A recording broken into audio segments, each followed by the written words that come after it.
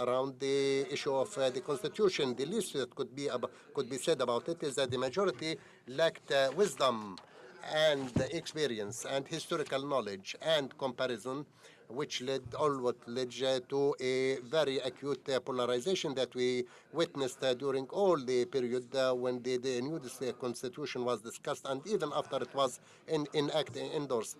This motivated some of the circles in the opposition to have an implicit alliance, at least with some of the supporters of the previous regime that led to agitating the conflict and the polarization, deepening the polarization. This was the result of saying that the majority decides and the ballot box gives the legitimacy, and the misunderstanding, the wrong understanding that that achieving the revolution objectives and democratic regime starts after the elections. I will move to the Palestinian state. The division in the Palestinian case is quite clear and known to everyone and is not restricted to the division between Gaza and the West Bank. This division between the West Bank and Gaza is existing internally, in addition to the internal of the internal, and also in exile and the places of refuge and displacement in Iraq, Syria, and everywhere. 3 generations that grew in exile, that speak different languages. There is no political framework that unified them, no homeland that is unifying them, with only the slogan of the right of return that is unifying them. And here we can see that that this slogan of the right of return has been brought up to a level of sanctity, saying that this is sacrosanct right because it has no more become only a political and legal demand, but it has become as well an expression of identity. Who am I and who are we? It is not strange, however, that adhering to the right of return is also an adherence to the identity. On the narrower political level, which is the unity of representing the Palestinian people, this division is also well known. Proof that the demand to reconstruct the PLO as a gathering and unifying political framework for all Palestinians is including in all the agreements that were signed, starting with the Cairo Agreement in March 2005, and passing through the prisoners agreement and Mecca, as well as the Cairo Agreement of 2011. Here, the elections play a constructive role because we're talking about a political regime or political agency that is existing that has a stable history, relatively stable history, and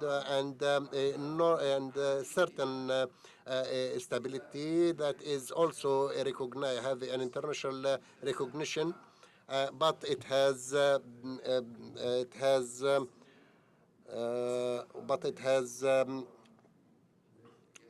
faded away in the Oslo Agreement and faded away as well with the authority. And the difference between the PLO and the authority has become almost unseen. Calling for elections in the West Bank and Gaza has no relation to the political legitimacy at all. In fact, the elections in the West Bank and Gaza only is playing as being a divisive element because it is looked at as a boxing round or wrestling round that one party will defeat the other either by points or by knockout. In addition to that, and this is the most important, that elections, if held or if achieved, or if it is called for, as it is now, it will only cover the crisis, legitimate crisis that Hamas and Fatah and in Gaza and the Palestinian Authority is suffering from. The dilemma of Hamas is in fact that it cannot be an open authority and the resistance at the same time because Israel will simply target it. The Israeli aggression against Gaza Strip at the end of 2008, the beginning of 2009, wanted to deliver this message among other objectives. We have, in the West Bank, we have passed through a similar experience through the Second Intifada and targeting the Palestinian Authority and besieging President Arafat and his martyrdom. Ever since, resistance in Gaza stopped, which is Gaza, which is still under occupation because it still lacks sovereignty on its borders in the air and sea. But the problem of Fatah, the dilemma of Fatah and the Palestinian Authority is latent in the fact that Palestinians did not imagine that the objective of establishing the Palestinian Authority is to function as a large municipality in running the affairs of the civilians in the West Bank and Gaza permanently. And therefore, the question on the legitimacy of the authority and its continuation as it is. President Abu Mazen himself referred to this dilemma in more than one occasion, which is the fact that the authority did not turn into a state with sovereignty according in harmony with the Palestinian understanding of the state. And as a result of the failure of the Oslo, the objective, aspired objective, is achieving self-determination. And if the aspired goal is to achieve self-determination, getting rid of the occupation, the elections have no relation to that. The political legitimacy has nothing to do with this. Sorry. The main question now in the Palestinian situation is on the legitimacy of the continuation of the current situation and the legitimacy of the political authority in Gaza and the West Bank at a time when the occupation is still continuing and there is no prospects of a political, no political prospects. Even if elections were held, it will only lead to repeating the scenario of electing the PLC that took place in 2006, which is creating a new PLC under occupation. Thank you.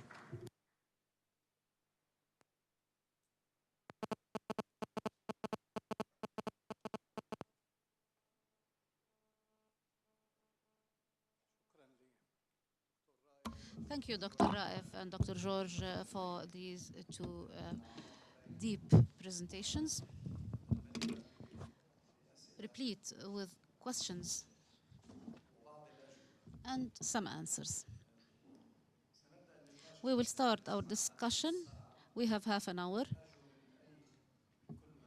Any person who wishes to raise a question or an intervention that doesn't exceed 2 minutes, please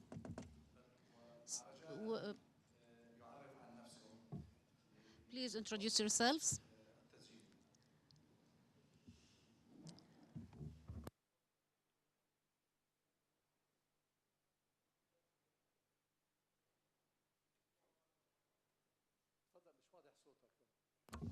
We can't hear you. Jalal Rumana from Al-Lud. I'm a resident of Al-Am'ari refugee camp. I'm a liberated prisoner that has been released a month and a half ago. I am very pleased with what I heard. Although I describe what I heard as a process of diagnosis. What Raif Zreik said, that representatives of the Palestinian people must sit together so that each group would propose its own interests and that the politicians should learn from economists. With the example of the increase and decrease in the stock exchange. And what I heard from Dr. Jakaman about elections and fragmentation and the need to rebuild the PLO, I believe that these things have been said so often as part of the diagnosis. What are the solutions that you can suggest so that we can move a step or a couple of steps forward? I suggest that Muwatin would hold an academic conference to have a possible working paper as to constitute a framework of reference so that, as Dr. Zreik said, the 1948 would be the reference. and would suggest a possible scenario for restructuring the PLO in light of what Dr. Jakaman said, so that if elections were held in the West Bank and Gaza, then fragmentation will deepen. What's the solution? If we have a solution or a draft solution or a proposed solution, let's submit it to the politicians, to the decision makers from the major movements, Fatah and Hamas and the other smaller factions, and academicians should make the decision to condemn those who would divert from this consensus or this paper that would enjoy unanimity from the Palestinian parties. Thank you. I wish to add to what the speaker said just one point. Please introduce yourself. Abdel Fattah Ghanem from Al-Mithaq Palestinian Democratic Party, Al-Mithaq Party. Since the revolution started to bet on the sympathy of the USA towards the Palestinian people. And this happened during the invasion in Lebanon. And when they said that the United States and the NATO want to protect civilians in the refugee camps. And this was a wrong bet. But the Shatila and Sabra massacres happened after the withdrawal of the gentleman from Beirut. And then the subsequent events, that the solution lies in the hands of the United States. As the late President Sadat said, that 99.9% of the solution lies in the hands of the US. We visited the White House 19 times in 1 year, to the extent that one of them said that we occupied the White House and that your outdated discourse should be left aside. But we are being killed until now under this slogan. When we used to fight in Nicaragua together with the Nicaraguan people against the US intervention, we were a unified people. We were the PLO people. And when we had our bet on the American administration and the subsequent Israelis and others, then our movement relapsed. Even the elections that occurred in 2006, let's polish our memory. The American president was against the nominations of Hamas in the PLC and in the municipal elections, and Sharon was against them participating in all elections. And we had warned that this call is asking the Palestinian people to vote for Hamas. Indeed, this is what happened. However, our brothers in Hamas elected Netanyahu in 1996. When the operations in the vegetable markets and in the buses happened, which meant strengthening the Israeli rights so that they would vote for Netanyahu. So while 17 points were between Perez and Netanyahu, we suddenly found Netanyahu winning. Recently, when President Morsi was told that you need to step down, he told them, "What are you going to do in confronting the Americans?"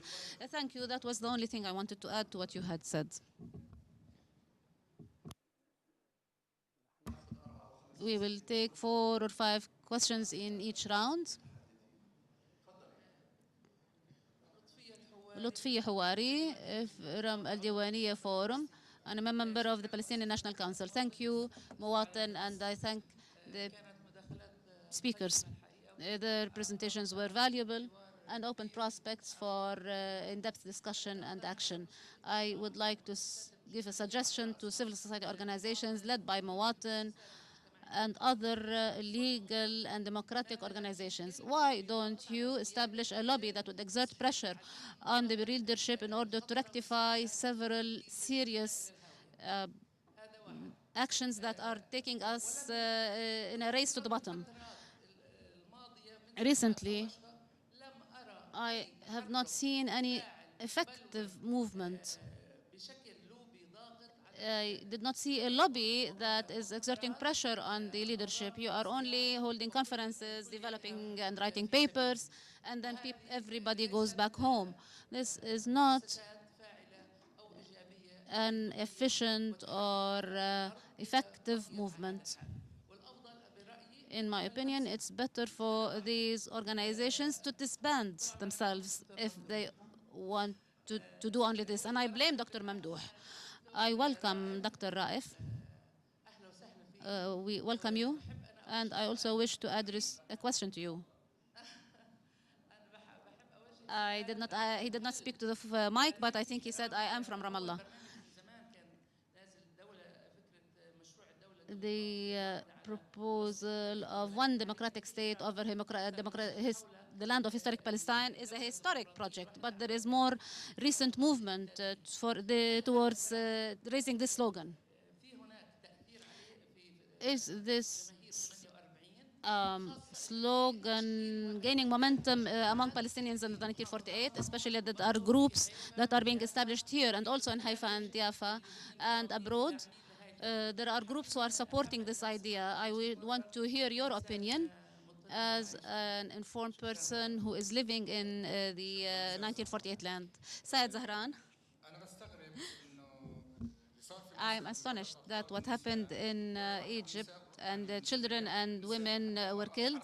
Not even one organization has moved to see what happened in Rab'a al-Adawiyya, regardless of who those people are. These are civilians. And I asked a Christian about his opinion on what happened in Rab'a al-Adawiyya, and he said this was a massacre. Secondly, the impact of Egypt on Palestine. I believe that what happened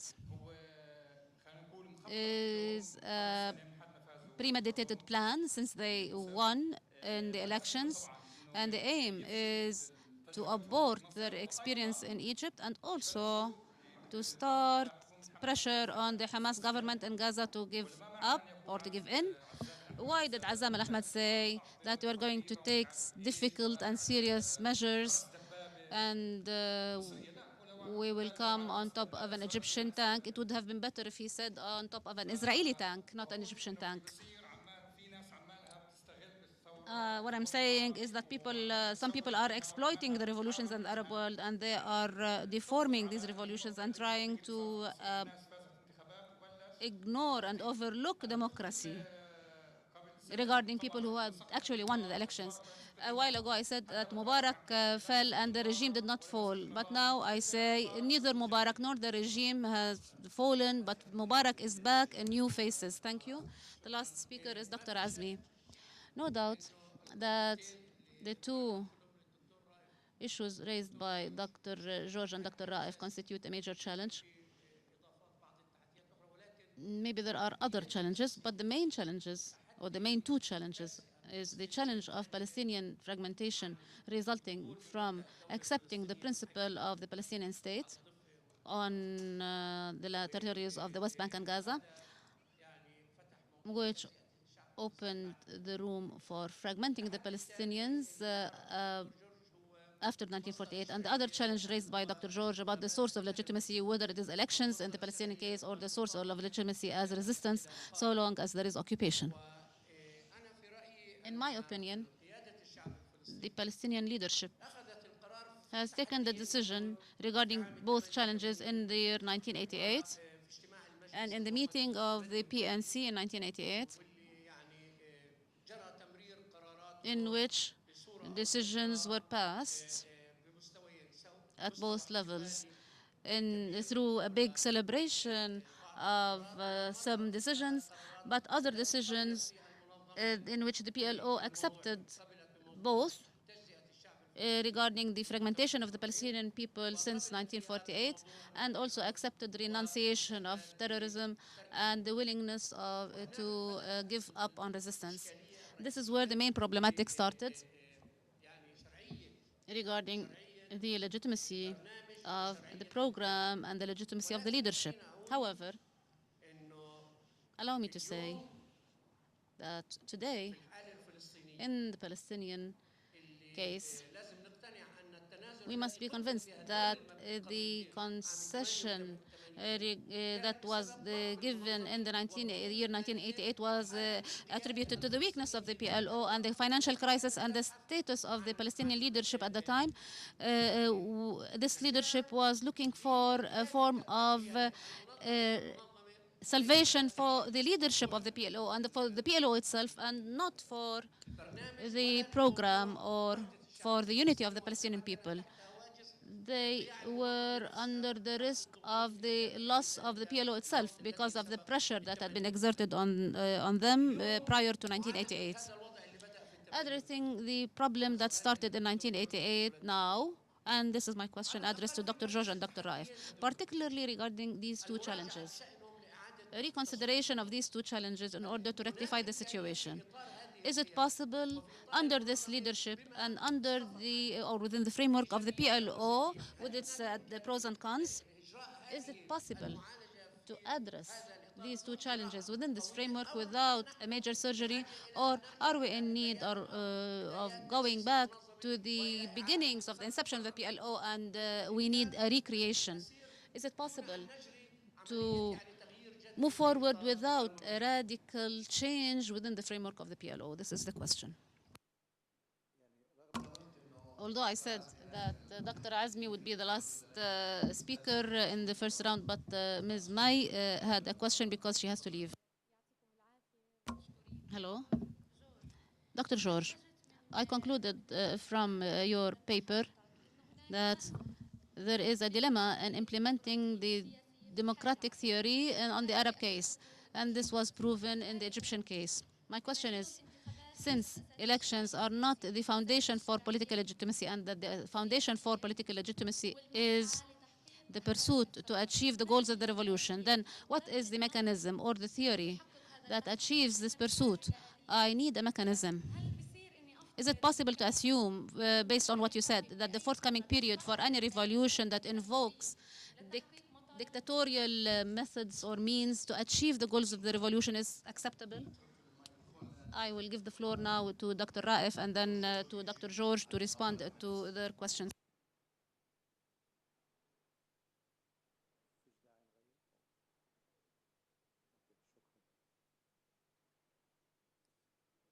شكرا. هذا بداية حديث طبعا كيف يمكن How can we move forward?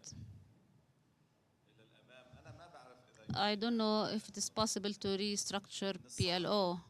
It is difficult. The experience of creation of the PLO was under certain context in the 60s to meet specific needs in light of the pan-Arab momentum at the time. صار له حديث 15 سنة عن This topic of restructuring the PLO has been ongoing for 15 years. It seems as if there is unanimity or consensus. But if this is the case, then why is it not restructured?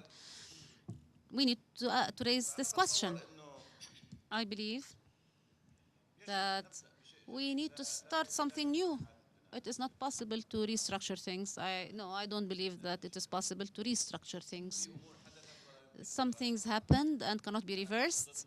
I was, for example, against Oslo, but after Oslo happened, it has created certain realities and we need to deal with them. What can we do? It is difficult for Palestinians to formulate any social contract now.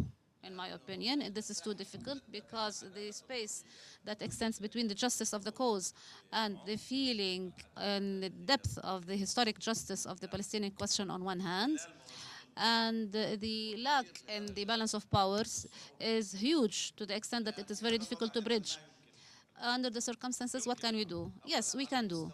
First, at the cognitive level, for example, at the level of how to address the taking over the land in the 1948 land or in the West Bank. At the cognitive level, there is a need cognitively. The Palestinians must study this entity called Israel and how it builds this institution. Not each individual is struggling alone without benefiting from the experience of each other. Secondly, there are symbolic levels that do not require a lot of effort but require some imagination and a lot of perseverance. I don't know why, for example, we don't give 2 minutes a year to mourn the lives of the Palestinian martyrs for all Palestinians wherever they are. This does not need a super effort, but it creates a certain mood. It unifies the connotations and the symbols and the history and the myths. There are things that do not really require a lot of imagination. Thirdly, there are practical levels, in my opinion, in which we can act without a mega project such as the restructuring of the PLO.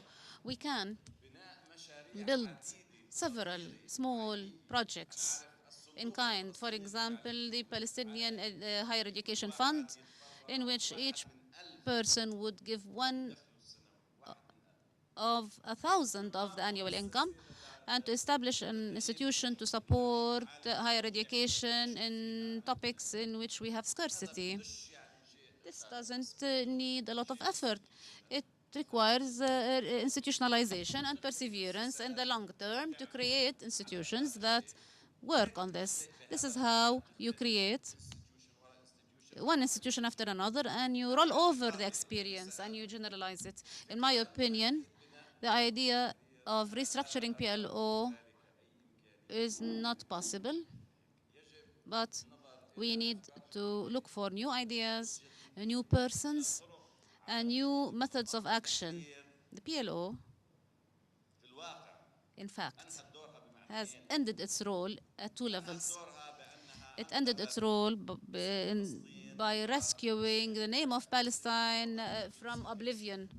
The name of Palestine was threatened of being forgotten in the 20th century. In this sense, it has achieved its role. And it also achieved its role by signing the Oslo Agreement. So it appeared in history in order to disappear in Oslo Accords, what was the organization that was most concerned with the PLO to be the sole and legitimate representative of the Palestinian people. It was Israel, because the moment that the PLO recognized Israel and denounced this history as a history of terrorism, at that moment particularly, there is no meaning for this recognition and there is no value for it, except if the PLO was the sole and legitimate representative of the Palestinian people.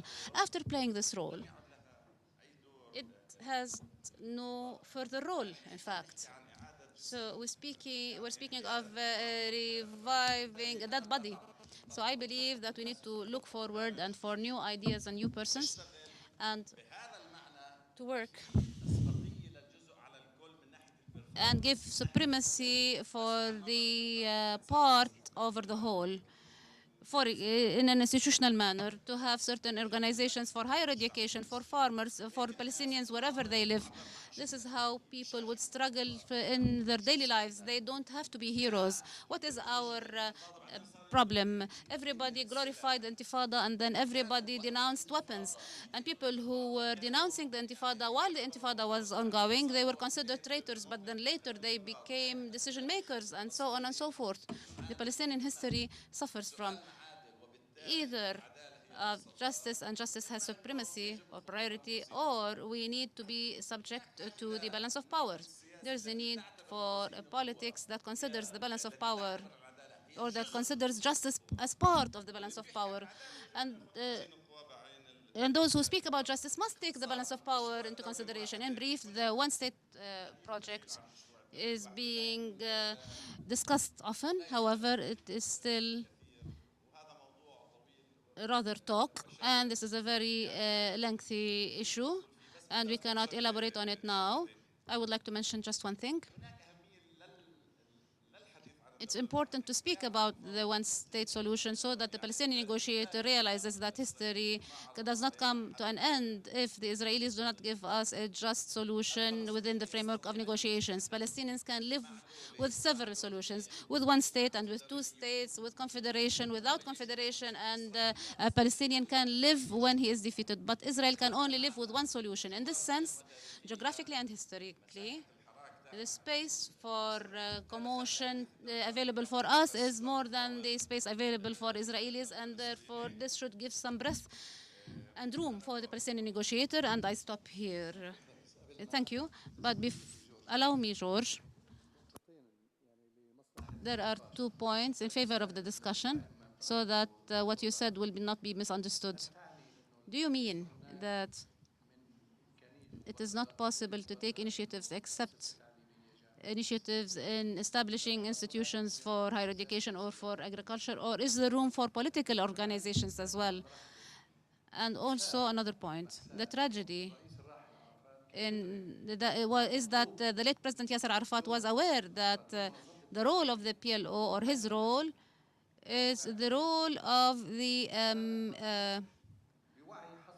of signing and ending. And in one sense, this is what happened. Thank you.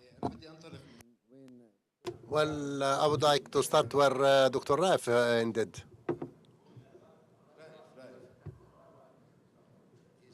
No, I said Raif, no? No, he said Nader is my brother. Sorry, I'm sorry. I meant, I beg your pardon, I meant Raif. Because there are a number of questions that was asked, like, for instance, what are the solutions for the PLO reconstruction? Dr. Raif referred to something, but there is a need for differentiating between two things. The one is whether it is difficult to reconstruct the PLO, and the other one that is independent from the first question, whether it is really needed or desired to reconstruct the PLO, because there are some people who believe it is difficult, but it could be achieved. Like, for instance, like the project of Karma Nabilse, which is registering voters in Europe and the United States and exile in general for the purpose of re-electing the National Council, Palestinian National Council. It has gone a little far in this regard. But the other thing, but the other question, whether this is desired or not. Then there is a point here that needs clarification. I found that what Dr. Raif said, very important, the importance of 1948. I read that in another article of his, and he meant all the Palestinian experience, not just the experience of 1967, but also including 1948, in addition to the humanitarian, human dimension, and particularly the political dimension, how this experience can be expressed, what can lead to a political unity of the Palestinian people. This is the main achievement of the PLO. It has turned the issue from an issue of refugees to a political entity that is recognized and has a demand, which is achieving self-determination. The problem is departing from this political side that has been accompanying the experience of 1948, and therefore there is a need for the consideration back to 1948.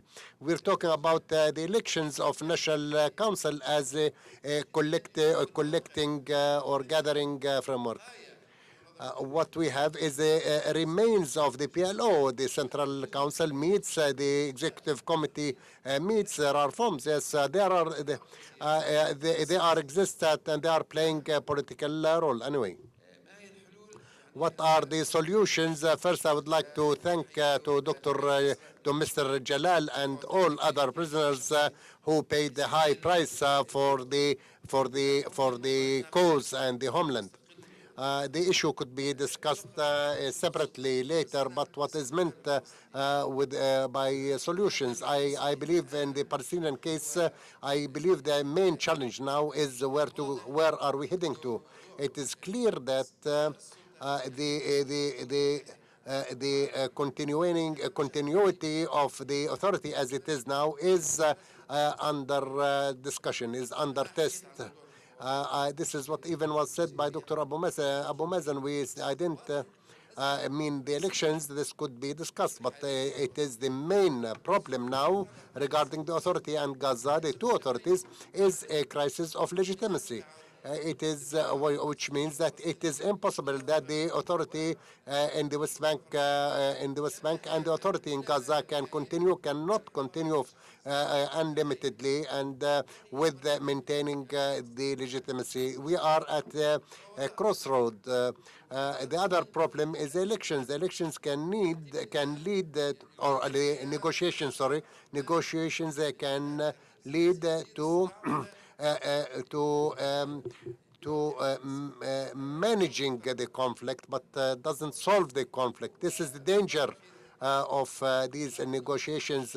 The recent news that it was proposed to the negotiators a state within temporary borders, but it was rejected. But I don't know if this has been polarized and what are the plans that are devised on the Arab level first. But the problem is still there. A question that was that I received in writing from Dr. Salam. He's asking whether there is a functional role of the elections, which means improving the performance. I think this exists if we assume that the continuation of the authority will go on as it is now. But it is impossible, I believe, to continue as it is because there's a legitimacy crisis. If there is another arrangement, this is something different. Regarding realizing the objectives of the revolution in Egypt, I know many of you have followed the issue of Egypt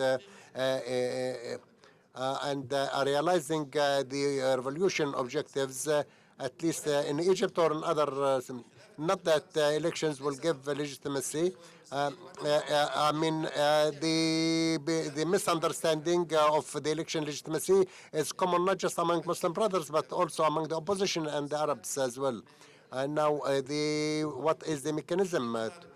There was the mechanism, I believe it is clear. There were demands at the beginning that everyone will cooperate and, for instance, to establish an authority that includes everyone. The political problem started with the first declaration, which is the constitutional declaration that was announced by the Higher Council of the Armed Forces. The problem started from there. The Higher Council of the Armed Forces suggested, and this cannot be ignored, and it will continue to impact. What is happening in Egypt now is that it has become clear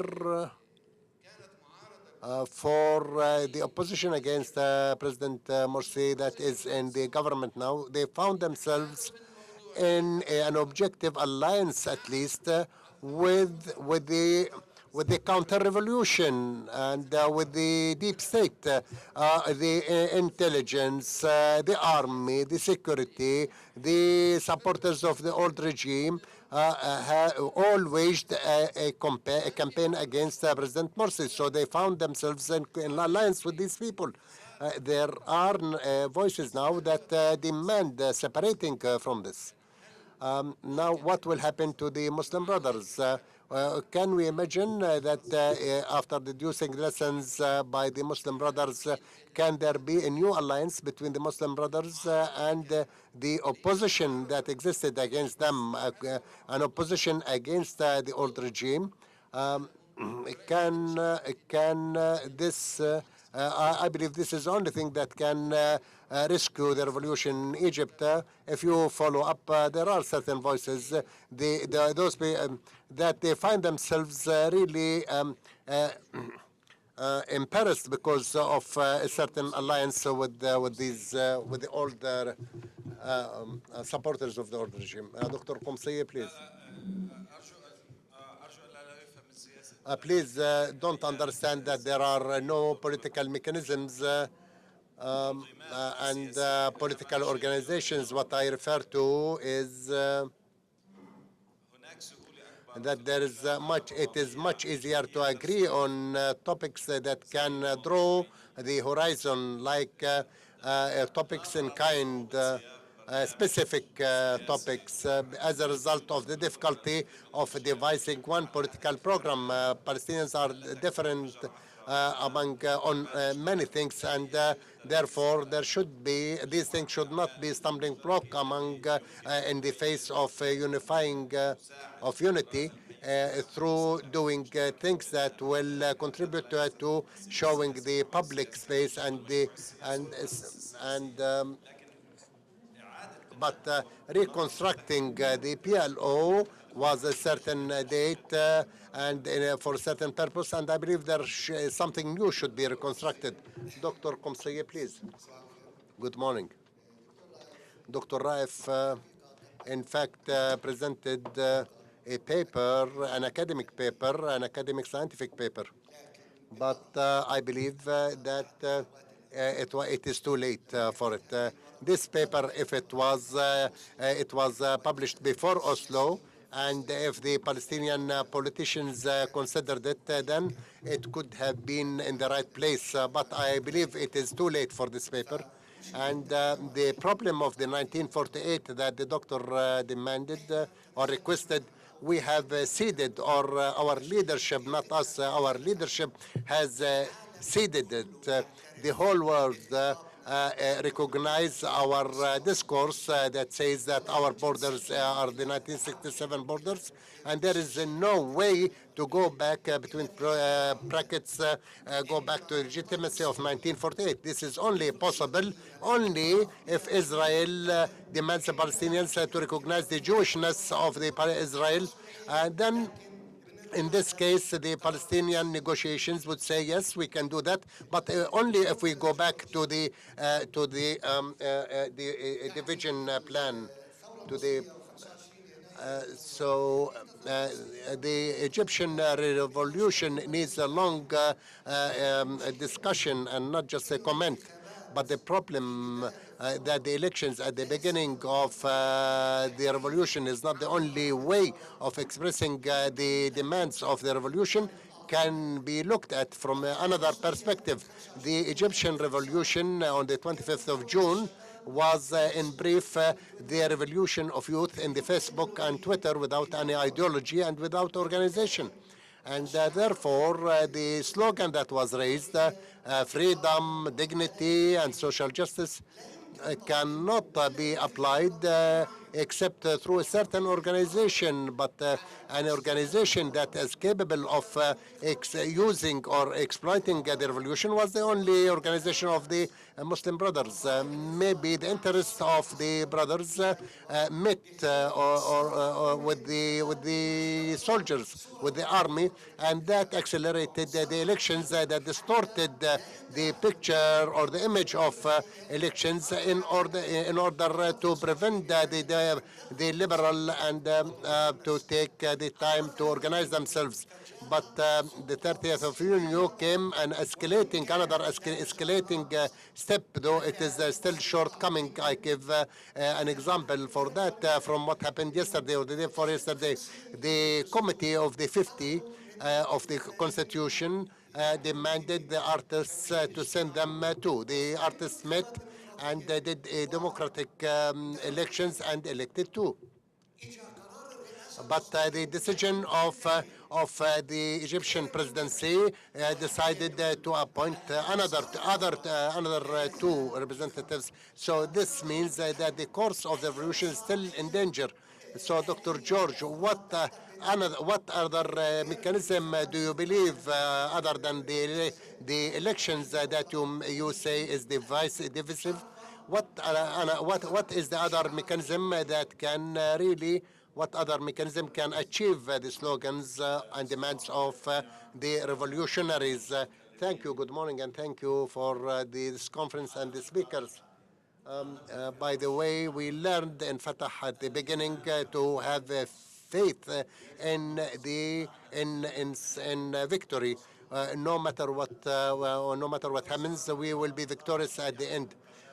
Dr. Salam Fayyad raised in one of the side elections that the most dangers that Israel is facing is having the largest number of Palestinians within the historical area of Palestine. This is what we have been.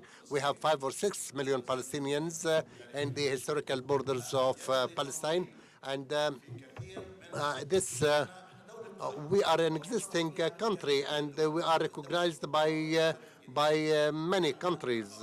We have unions, we have federations, we have ministries, we have PLC, and we have all these things. So we are in a state, but Israel rejects it and wants to keep the state under occupation, and this occupation cannot continue forever. President Obama we are in a better situation than what the black people were as slaves in the United States. So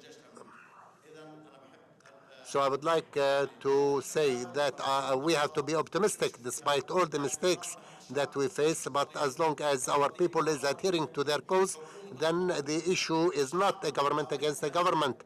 It is so as the religious people say that we are conflict with the other party until the doomsday, but I can say that it is even before that.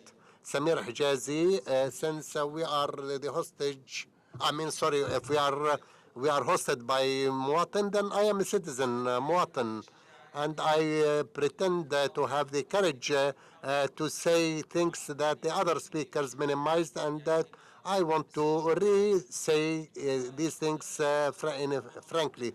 Dr. Raif tackled the PLO, the mercy of God maybe on this PLO. He said that the PLO is like the male bee that stinks and dies. The PLO has maintained the cause and did the Oslo. So now we can say that we don't. The PLO is and let's disintegrate, dissolve it, and the authority that stemmed and the PL and the authority should also be dissolved, and a new thing can be created, something that can be agreed upon by all the political parties, because at the end of the day, we want a representative that is agreed upon by all the Palestinian people, not just a certain political faction. Then the authority, the PLO is subordinate to the authority, not the contrary, unfortunately. And we have to talk about the unity of representation of the Palestinian people. And here we tackle who are the parties to the conflict. Is it a conflict crisis? Is it a negotiations, a problem, or a conflict? So we don't know who's negotiating on our behalf. Is it the PLO or the authority or Fatah? And if we remember, some time ago, the Palestinian leadership went to the UN to get recognition of the state 194, and they ignored that if you want to be a state as a state of Palestine, then there should be no resistance or no the national liberation movement or whatever. And the last point I want to mention is that it is the Oslo Agreement. The Oslo Accord, everyone knows that it was an interim period of 5 years. So he's responsible for turning this Oslo from an interim period into from interim period into a permanent period. In 1 minute, please. Question, not an intervention. My name is Hassan Addik, and my question is to Mr. George. We have been accustomed since university to have short questions and direct questions regarding the state in Egypt.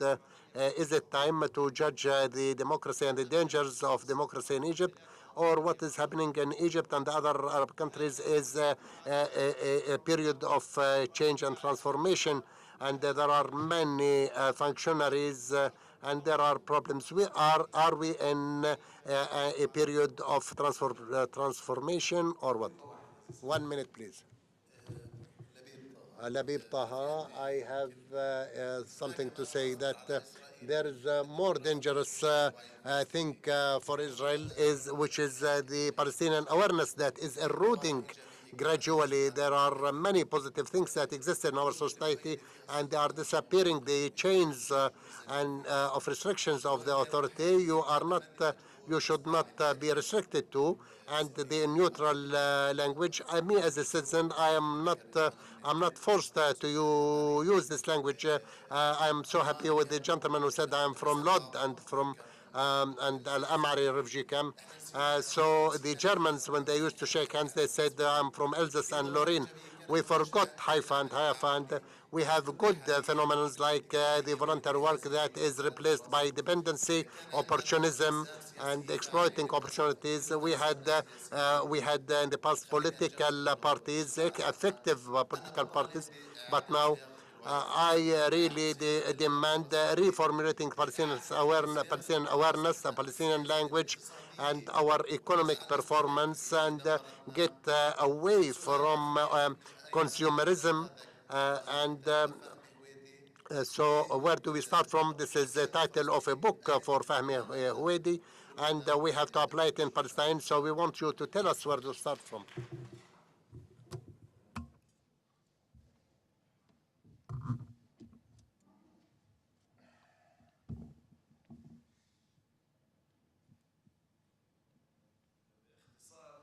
Briefly,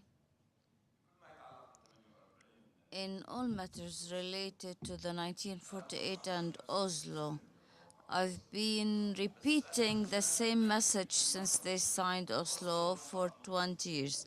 But is there an exit? Because Oslo is an obscure tunnel.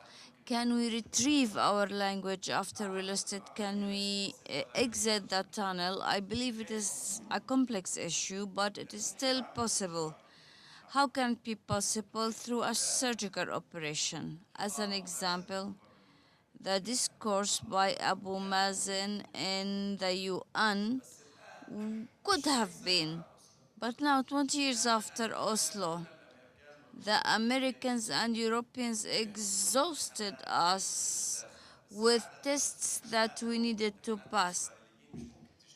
You cannot pass or succeed in the Israeli tests because they write down the questions after you sit for the test. Nobody can answer questions that have not been drafted yet. So the question in the hands of the Palestinians is not related to the balances of power. What is the impediment if we, after 20 years of Oslo, that we ask the Europeans and Americans to deliver after we have delivered? You speak of a two-state solution. How can we form a state if there is a settlement? We, the Palestinians, have delivered. We have 3 years. Is there a solution or not? Or we go back to the AZ? You cannot go overnight to the A to Z. You cannot go back to square A before you do it. You have to tell the world, I delivered. I recognize Israel. I recognize the 96 borders. What is that you want more? And you need to prepare your people, the international public opinion. I gave everything. I have nothing more to give. And thus you retrieve this historical institution. As relates to Netanyahu, this is a controversial issue, and allow myself to say that I wrote about it, the demand of Netanyahu to recognize the Jewish state. I differentiate myself from the others to engage with it. This is the tragedy of the relationship of the master to the slave. Israel imposed the reverence of Oslo as if it was 1967, as if history began in 1967. But when there was a final status solution negotiation, Israel wanted a historical solution and that the Palestinians revoke the right to return and all of the rights of 1948 without Israel being present on the table. So Israel wants a historical resolution without opening the door to history, and they want to revoke the return of return and then ask us to revoke it. If we do not recognize that we have the right, then how can we revoke it? So if you are too powerful, you dictate the terms of negotiations, and this is what Israel did. But since it narrowed these conditions of negotiations, this is the historical solution that Israel wants. And in the end result, Israel paid attention what does it want. If the group or collective existence of the Jews in Israel is still the issue, this is the whole project. And thus Netanyahu, and this what distinguishes the right from the left in Israel, because the right asks the right question and they open the historical file. And the Palestinians should not fear this opening of the file. You want a Jewish state, it means that you speak of the nature of your state inside. It means that you open the state. What is the status of the Palestinians inside? This is an entry point to the Palestinian National Authority and Palestinian people to reopen the whole file of Palestine, to discover the status of the Palestinians of Palestine inside Israel. What is the status of the land confiscated from these people inside Israel? What is the correlation between the 1948 land and 1967?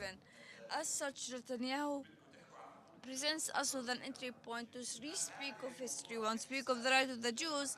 Let's talk about it. This is a sensitive issue because you now discussed Israel as a fait accompli, but there is a way to do it. Speaking of the Jewish nature of the state will impose upon the Palestinians to formulate a vision of their perception of the future of the Jews. Are we going to fight with them? If we come out victorious, what are we going to do? They are there. They're on the ground. What will be their status? I spoke long, but I want to speak of Egypt, a word about Egypt as a constitutional law, because I'm a lawyer in the end result. Please allow me to agree with you.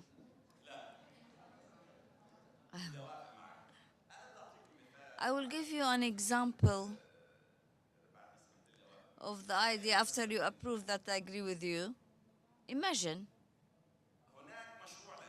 there is a project to announce a state.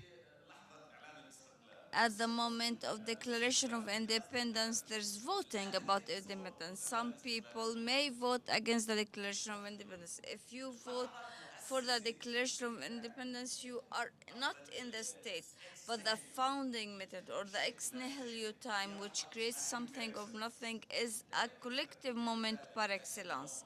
It cannot be otherwise because those outside this collectivity will be outside the end result. So that in order to have a meaningful difference, it's only if it comes on the ground of unity. And it has to be a single moment at the time of this unity so that this difference will be at the moment of unity. Otherwise, there will be theism. The difference between difference and theism is that the difference says that there's unity, because without unity, who says that the majority is ruling? There must be a consensus or an agreement that this is the majority ruling. And when the majority comes, we have taken it as a hypothesis, but you say so. The majority rules and the minority has to accept the ruling of the majority only if there's an ex nihilo founding moment, in which case all parties agree that the majority will rule. And at this stage, the minority cannot open their mouth to protest. So, in the founding moment, should be a collective decision making moment and not a controversial moment. Thank you. I fully agree with you, Raif, in the issues you agree with me on.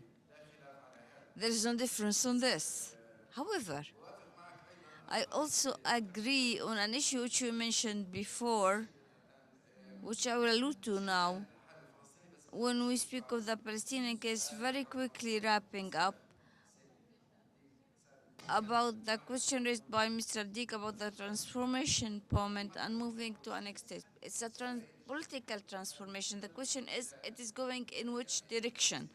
Is it going toward the creation of a democratic regime, which is the declared objective by the PLO and all parties and even the Salafites, who used to be against democracy before the revolution? Now they support it, although they have reservations, provided that it does not contradict with so and so.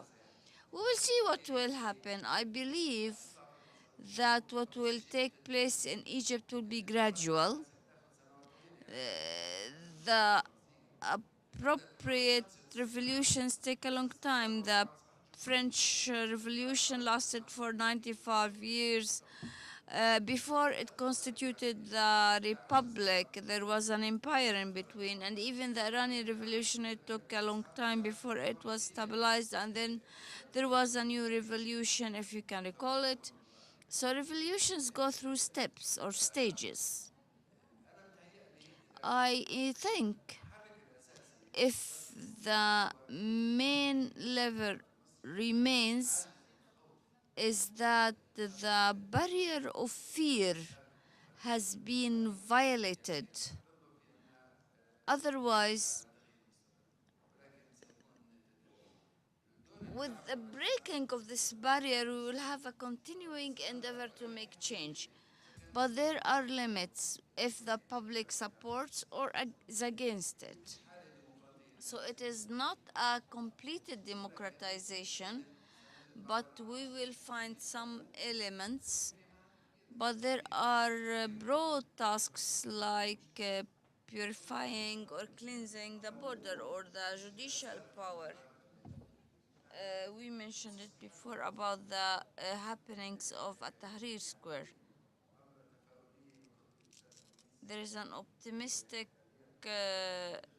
vision by Dr. Anis, other mechanisms other than elections to achieve the goals of the revolution. What are the potential of democracy? Before the beginning of the negotiations, there was a huge political crisis, but it was for the PNA. That is lack of or loss of legitimacy with the political vacuum. In my opinion, learning from Dr. Raif, which I heartedly agree with, there is something that the Palestinian leadership can do, and it started to attempt it, but it stopped, which is a kind of resistance, which we can call it legal diplomatic resistance, the first step of which was an endeavor to have recognition of Palestine as a state. Yes, it is a symbolic act, but Israel preconditioned in these 9-month negotiations that the Palestinian leadership does not submit a membership application to more than 30 UN institutions, council, or committee because they realize what this means. They realize that this entails rights and powers that allow them to call for borders, signing an agreement on territorial water and property, which will entail rights to demand rights on the gas in the Gaza shore. You know about this issue and other rights, whether it be in territorial air or territorial water. So this resistance, which we can call it legal and diplomatic resistance, will place the PNA in direct confrontation with Israel, with the USA, and with the Congress. I alluded to this in the last issue of Palestinian Affairs newsletter in an article about whether the Palestinian Authority has exhausted all of its ammunition. But making this as a crisis that is having a strategic vision and open all of the files at once. I believe this is the huge power that the PNA has, but there needs political power. But the political will still does not exist for many reasons. There is something that may appear as a silent source of rights, and this source is important because without the existence of Palestinians on the land of Palestine, the cause would have vanished. But now we have 4.5 million in the West Bank and Gaza, 1.5 million inside Israel, 6 million, which constitute about 40 or 50%. So this is an important strategic balance, or the problem of the Zionist movement is that they don't know what to do with us. In some milieu of the Zionists, especially among the settlers, about a year ago, there was an open discussion about the possibility of granting the Palestinian civil rights without political rights. So some of them are thinking of the nature of the possible solution. Had they had the opportunity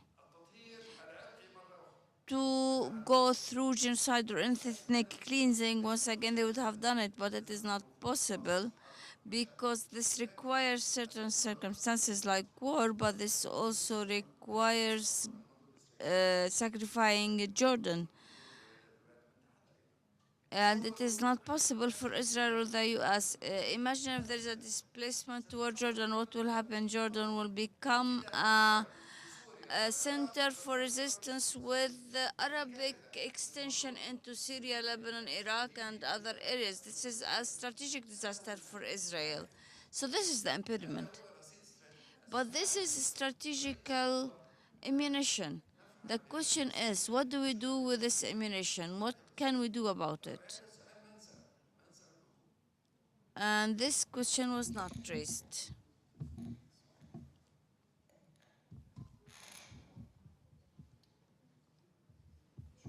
Thank you very much to our two speakers, Dr. Raif Zrek and Dr. George Kaman. And I can say that the first question raised by the liberated prisoner in the first session of the conference, whether it will stop at raising question about the reality without tackling solutions, I can very confidently say that raising this question was an entry point to keys to solutions. And I believe that the most important thing that we can conclude here is there are many things that we, the Palestinians, can do. We have open options. And that the first thing that our leadership must do is not to allow the US and Israel to make the conclusion that this leadership or this people is succumbing to pressure or has no will. I believe that we have many things that we can do if we have the will. And there are choices, the last of which was expressed by Dr. Raif. Even what Israel is proposing about the Jewish nature of the state, I recall at this moment that there was a model in the philosophy of non-violence action like wrestling. You and your foe, as they rush very strongly against you to kick you and knock you off, you can, by avoiding the knock, make them fall by the power of the rushing. We are not weak. We are not without a will. We are not without options. We can and we must open all of the files. Thank you very much for your attention.